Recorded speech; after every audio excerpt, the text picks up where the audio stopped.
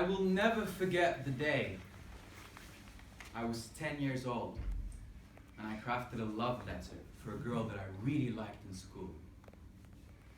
Just after reading it, she said to me, "Michael, I don't like you. I like Christian." And that broke my heart, because Christian also happened to be my best friend. So I run back home with tears in my eyes. I came up to my father and I asked him, why? Why had this happened to me? He looked at me in disappointment. And after a very long silence, he said to me, "Your tears are useless. Stop being weak." And ever since that day, I have been so afraid of coming across as weak. I became so ashamed to be open about my emotions. Mr. Contest Chair, fellow Toastmasters, and most welcome guests.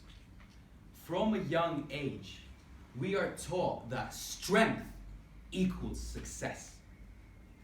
We are raised on ideals of Greek myths, stories of ancient sacrifices, war heroes gritting their teeth, sucking it up and taking it on the chin. Their strength is presented as the key ingredient to a life well lived. But what happens when we can't live up to that ideal? What do we do when we don't feel strong? I think the problem with this focus on resilience is that we have come to treat our emotions as a weakness. Because too often when we don't feel strong, we think it's not good enough. So we seek to escape the feeling at any cost. I'm personally too guilty of this myself. I have spent many hours watching meaningless YouTube videos of cats fighting and babies biting each other's fingers. And after seeking to escape the feeling, the unresolved emotion can descend into anger, where we seek to blame others for it. American sociologist Brené Brown defines blame as a way of discharging pain and discomfort. So instead of being open about our feelings, we argue. To speak from my personal experience, I have a very unhealthy and complicated relationship with my mother. Unfortunately, we argue too often. "You're useless, you're harsh, you're judgmental, you're inefficient." We accuse each other of different things, degenerating into a shouting competition. Ladies and gentlemen, you see, we scream and shout, but what we really want is a hug. We say, "I hate you," when what we really mean is, "You've hurt me." We put up our fists to show that we're in control. But yet, all we really want is someone to listen to us and understand us. After all, Maslow, the American psychologist, was right in his hierarchy of needs for saying that human connection, it's a psychological human need. It's what we all need, and it's what gives us purpose. But in order to get that connection that we desire, we first need to show that we need it.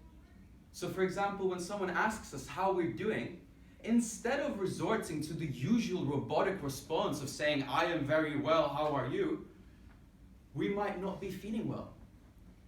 And then we might find ourselves saying, "Actually, I'm having a very tough time right now. I've been stressing a lot. I have a speech coming up in Toastmasters, which is really stressing me out."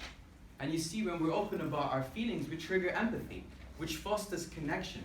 And through connection, we can alleviate our pain and struggles. A couple of months ago, after one of those very unpleasant arguments with my mother, this time I decided to work up the courage to tell her how I truly felt.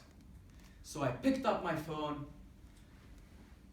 and unfortunately I didn't work up enough courage to call her, but I decided to leave a voice message. So holding the voice recording button on my phone, I said, "Mom, I'm sorry. And I know I don't say this enough, but I love you.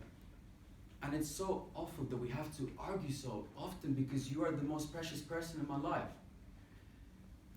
I think I've been going through a lot in my life recently. And deep down, I'm really sad. But I struggle with expressing that sadness. It comes out in the form of anger. And for that, I'm sorry. And I put my phone down. My mother called me back instantly. She said, "Oh my God, Michael, are you on your deathbed?" And after a very long emotional conversation, exchanging plenty of tears, my mother said to me, "Thank you so much for opening up. You can't imagine how much that means to me. And I'm also sorry for being a little bit too harsh on you earlier." And you see, after having that conversation, my relationship has changed.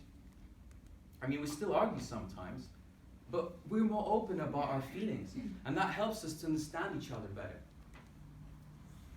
Because after all, maybe the Greek myths had some very important lessons to teach us for times of war. But our lives aren't a battlefield, ladies and gentlemen. So let's all find opportunities to take off this heavy armor, to take away our helmets, to put away our swords, and remember that we don't always have to be strong. It's okay to not be okay. Mr. Contest Chair.